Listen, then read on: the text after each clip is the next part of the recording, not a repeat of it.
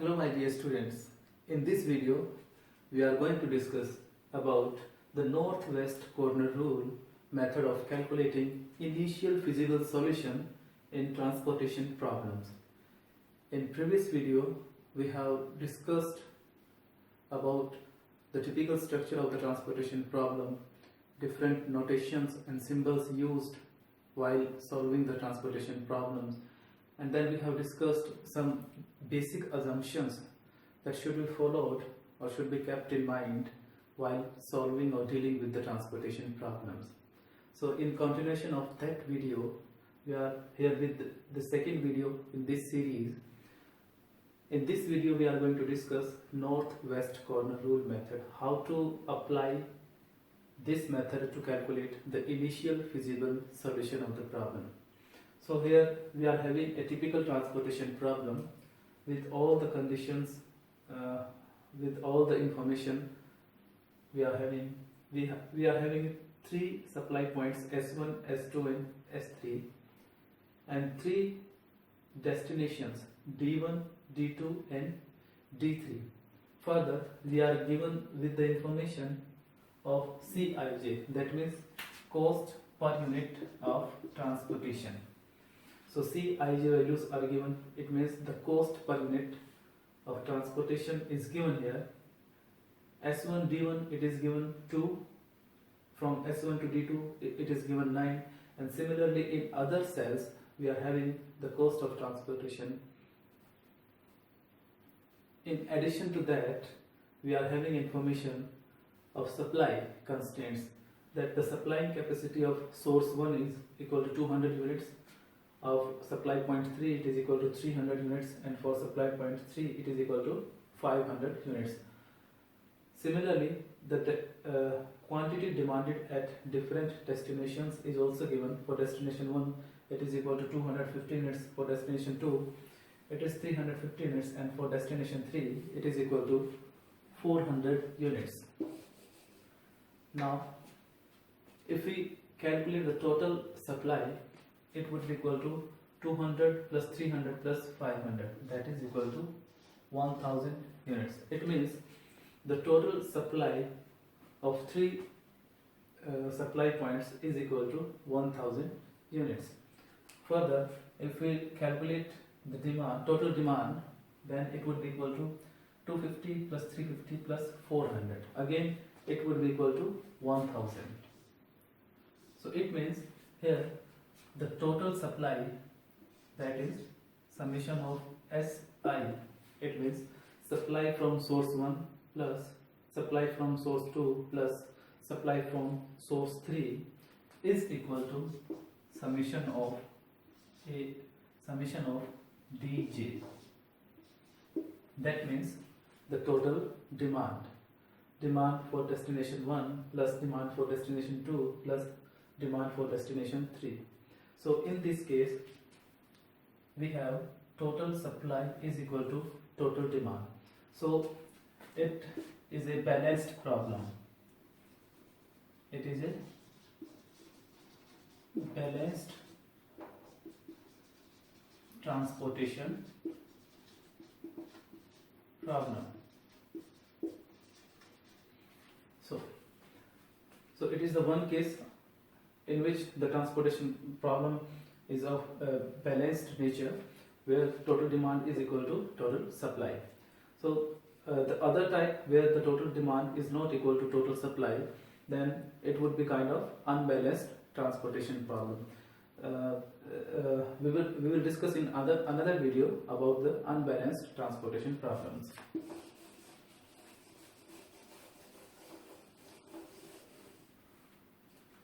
Let's come back to the method, that is northwest corner rule. So what would be the first step in this process? So in first step you have to locate the northwest corner, and northwest corner is situated in the first row and the first column. First row and the first column, it means it would be the northwest corner rule. So in the step 1, what you have to do is just locate the northwest corner. It means source 1 and destination 1, first row and first column. So it is going to be the northwest corner for starting northwest corner rule method. So in next step or step 2, what we have to do, match the rim conditions. Rim conditions means we need to match demand, that is equal to 250, and supply, that is equal to 200. We have to match the demand and supply with respect to the northwest corner, and then we have to allocate the lower one. So if we compare 250 and 200, which one is lower? It is 200. So we will allocate 200 units in first cell or in the first northwest corner. So in next step, what we have to do, we have to adjust the rim requirements. Okay, we have to adjust the rim requirements. Now you can see the total units that can be supplied from source 1 is equal to 200 units, and we have already allocated 200 units to destination 1. So what would be the remaining units from source 1? It would be equal to 0, because we have allocated all 200 units to the destination 1. Okay, and again, if we look at the first column, the total quantity demanded at destination 1 is 250 units, and we have allocated 200 units to the destination 1, and 200 units are being transferred from source 1 to destination 1. So the quantity demanded left is 250 minus 200, that is only 50 units. So now we have to transfer 50 units to the destination 1, because we have already allocated 200 units to the destination 1. Now we have adjusted the rim requirements. Now the requirement of D1 is 50 units, and the supply of the S1 is exhausted. Now we cannot supply any extra unit from the source 1. Now we will move on the fourth step. In fourth, it is the most important step in this method. Now you have to match supply and demand for the particular cell. If Si is greater than Dj, it means if supply is greater than the demand. If supply is greater than demand, then what we have to do? We have to move horizontally to the next column. It means we were in this cell, then we have to move horizontally in the next column. But in our case, the Dj is greater than Si. It means the demand is greater than supply. So what we have to do? Then we have to move downward to the next row. So next row is second row. So we have to move in this cell, because the demand 250 is greater than the supply, that is equal to 200 units. Okay. Now what would be the next step? Step 5. For the current cell, that is S2D1. It is the current cell. Now we have to repeat step 2 and 3 for the current cell. Step 2 means we have to match the supply and demand conditions. So what's the demand here? 50 units. And what is the supply? Is equal to 300 units. So what we have to do? We have to allocate the lower value. So which one is the lower? 50 is the lower value. 50 units will be allocated in this cell. Okay, again we have to repeat the third step. It means we have to adjust the rim requirements. So we have to adjust the rim requirements. The demand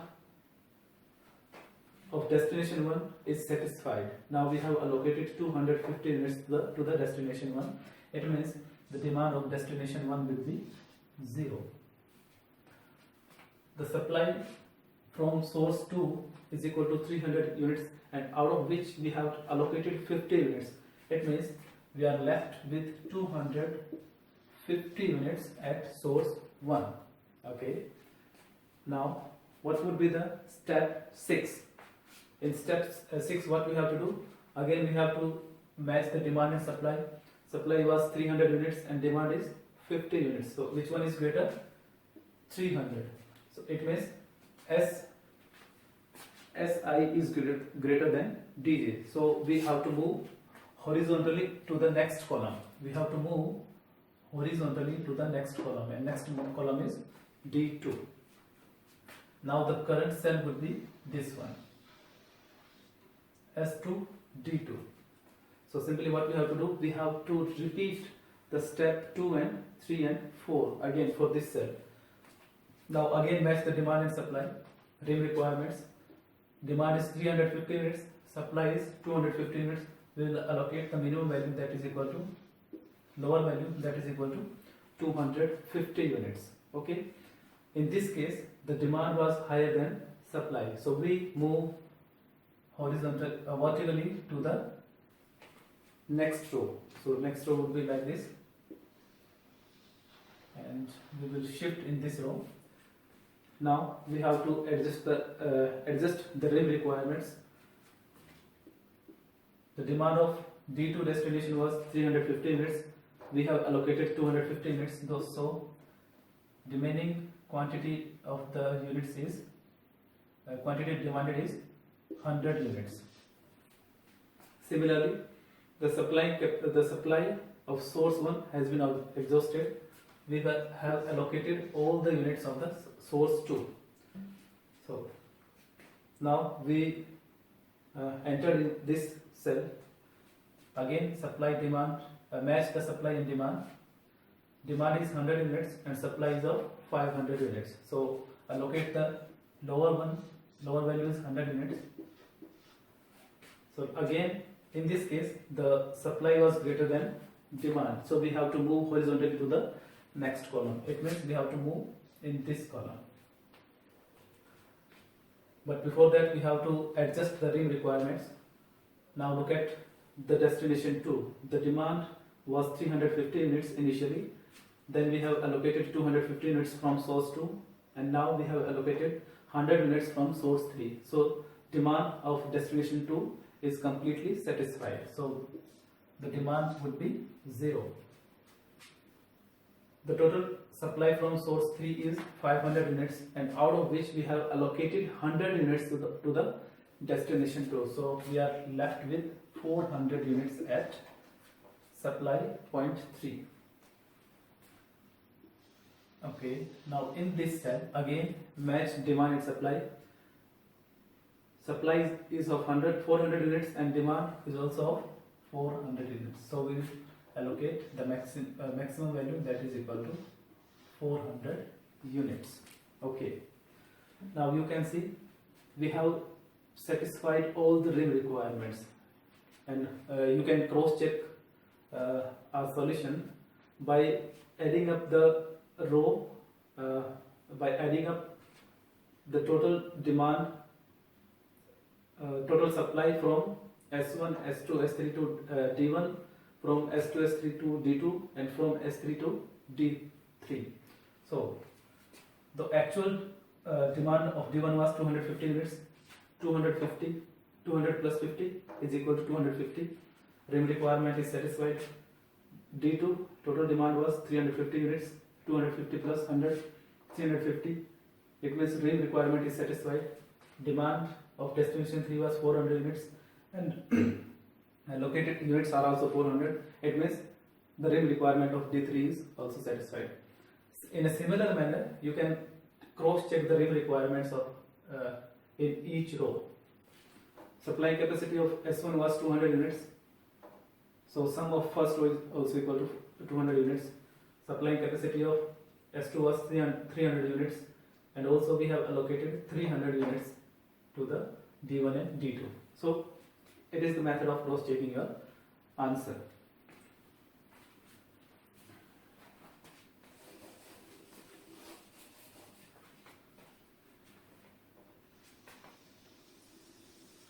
So after satisfying all the rim requirements, in the last step we have to calculate total cost. So what is the formula of calculating total cost? Simply total cost is equal to summation of cost per unit Cij into the quantity transferred, that is Xij.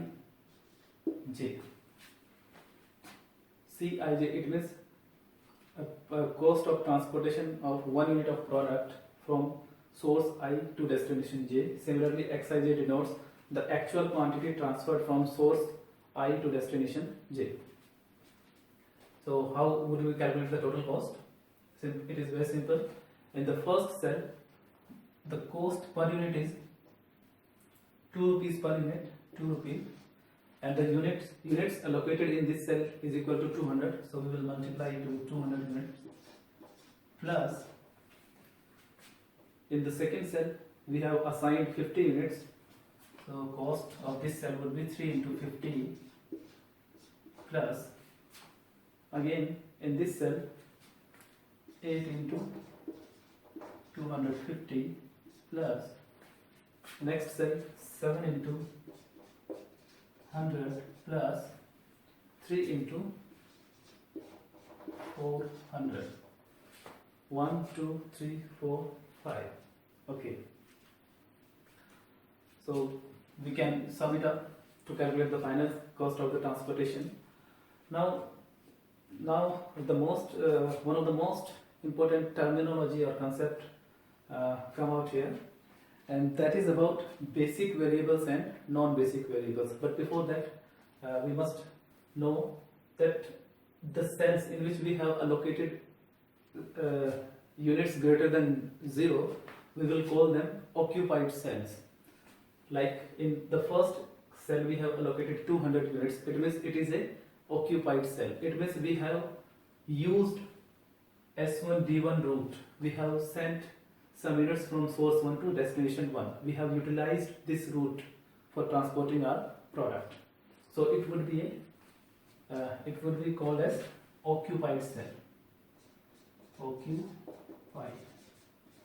It means we have utilized this route. Now look at the second cell, first row, second column, this one. In this cell we have not allocated any unit, so we will call it empty cell. It is empty because we have not utilized this route for transporting any unit in our problem.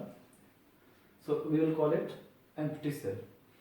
Now you must remember, if we look at the matrix or order of this matrix or order of this table, the order is 3 by 3. The order of this table is 3 by 3, or we can write it like m into n. What is the meaning of m? M denotes the number of rows in this table. So there are 3 rows in this table, and n denotes the number of columns. So how many columns are there? 3. So 3 rows and 3 columns. So it is a table, or it is a matrix of 3 by 3 order. There are 3 columns and 3 rows. Now the most important aspect of this transportation problem is that the number of occupied cells, means like in which we have allocated some units, the number of occupied cells should be equal to m plus n minus 1. The number of occupied cells should be equal to m plus n minus 1. So what is the value of m? Number of rows, it is 3, plus number of columns 3 minus 1, it is equal to 5.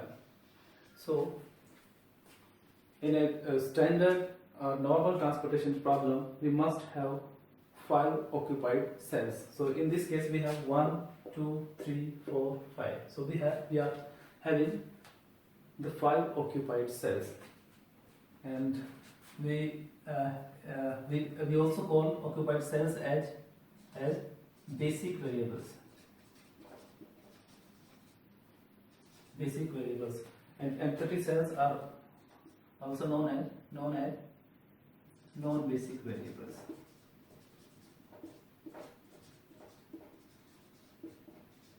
Basic variables and non-basic variables. So don't confuse with the different names. They are conveying the same meaning.